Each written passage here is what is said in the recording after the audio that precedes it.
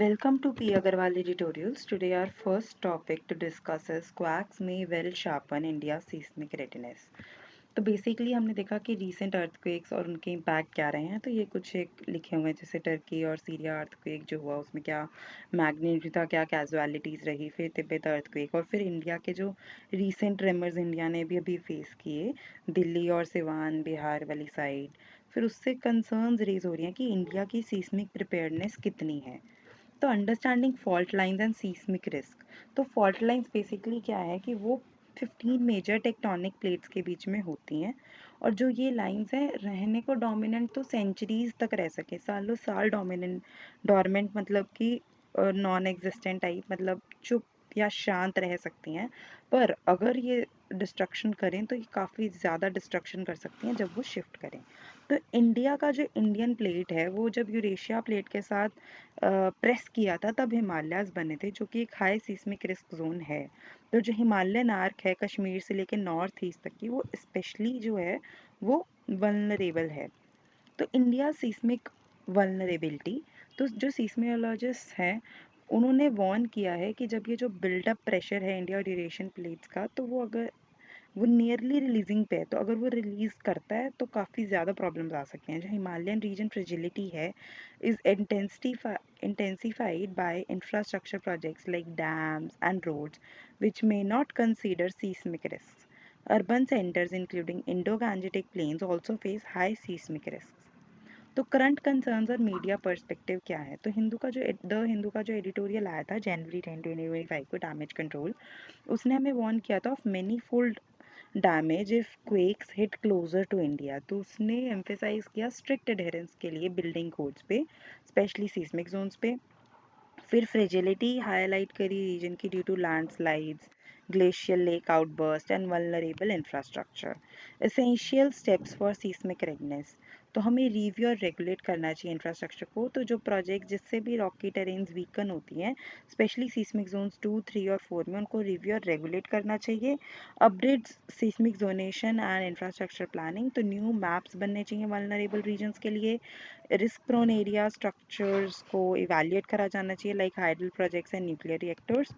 Then essential steps for seismic readiness, और भी क्या आ सकते हैं, सीस्मिक बिल्डिंग इंश्योरेंस स्कीम।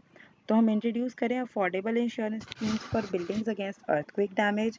फिर डिजास्टर रिस्पॉन्स प्लानिंग के बारे में बात करी जाए, असेस कॉस्ट करें कि रेस्क्यू ऑपरेशंस के क्या रहेंगे, टेम्परेरी शेल्टर्स, रिहैबिलिटेशन। फिर इंटरनेशनल कोलैबोरेशन हो सकती है कि हम कंट्रीज़ के साथ पार्टनर करें स्पेशलाइजिंग जिनकी अर्थक्वेक एंटीसिपेशन में है, using advance sensors and earthquake resistant architecture.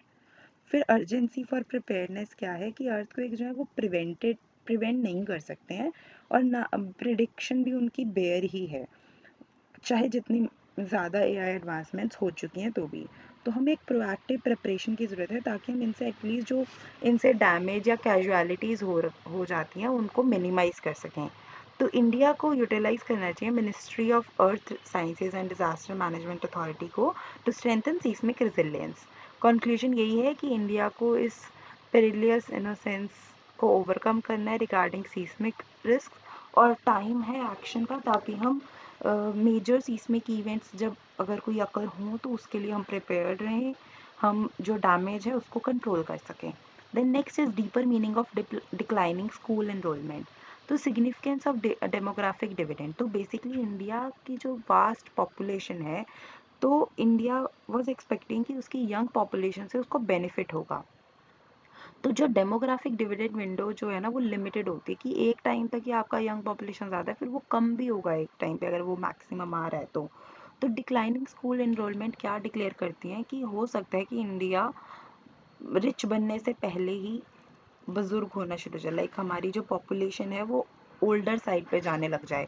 Declining school enrolment data, तो बेसिकली हमने यूडाइस का जो डाटा देखा उसमें ड्रॉप दिख रहा है हमें, 6% ड्रॉप हमें सिंस 2018-19 दिखा। फिर लास्ट डिकेड में टोटल एनरोलमेंट इतनी 24.51 मिलियन थी।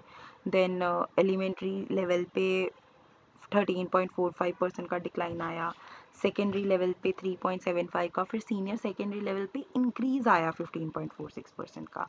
इसका मतलब जो यंगर पॉपुलेशन है वो कम हो रही है।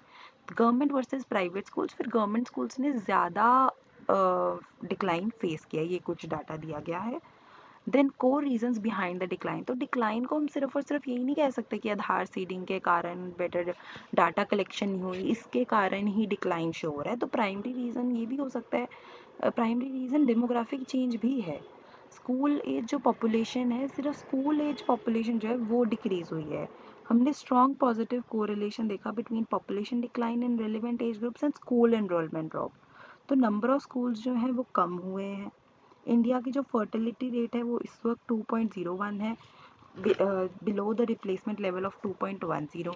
फिर सोशल एंड इकोनॉमिक इम्प्लीकेशन, जो पॉपुलेशन बल्ज है वो ओल्डर एज ग्रुप्स की तरफ शिफ्ट हो रहा है, affecting elementary school enrolment, will later affect secondary, senior secondary and eventually higher education. तो धीरे धीरे, क्योंकि यंगर पॉपुलेशन कम होनी शुरू हो रही है ना, तो धीरे धीरे बड़े एज ग्रुप्स पे जाके इफेक्ट आएगा। India risk facing an ageing population before becoming economically prosperous, unlike developed nations that became rich fast. Then conclusion यही है कि जो एक पैराडिगम शिफ्ट देख रहे हैं, इंडिया एक क्रिटिकल जंक्चर पे है वेयर उसे डेमोग्राफिक ट्रेंड्स जो हैं उसकी फ्यूचर ग्रोथ को लिमिट कर सकते हैं। तो 2021 का जो सेंसस है will be crucial in revealing whether these trends persist. Then, if current trends continue, it could signal the end of India's demographic dividend opportunity. Thank you.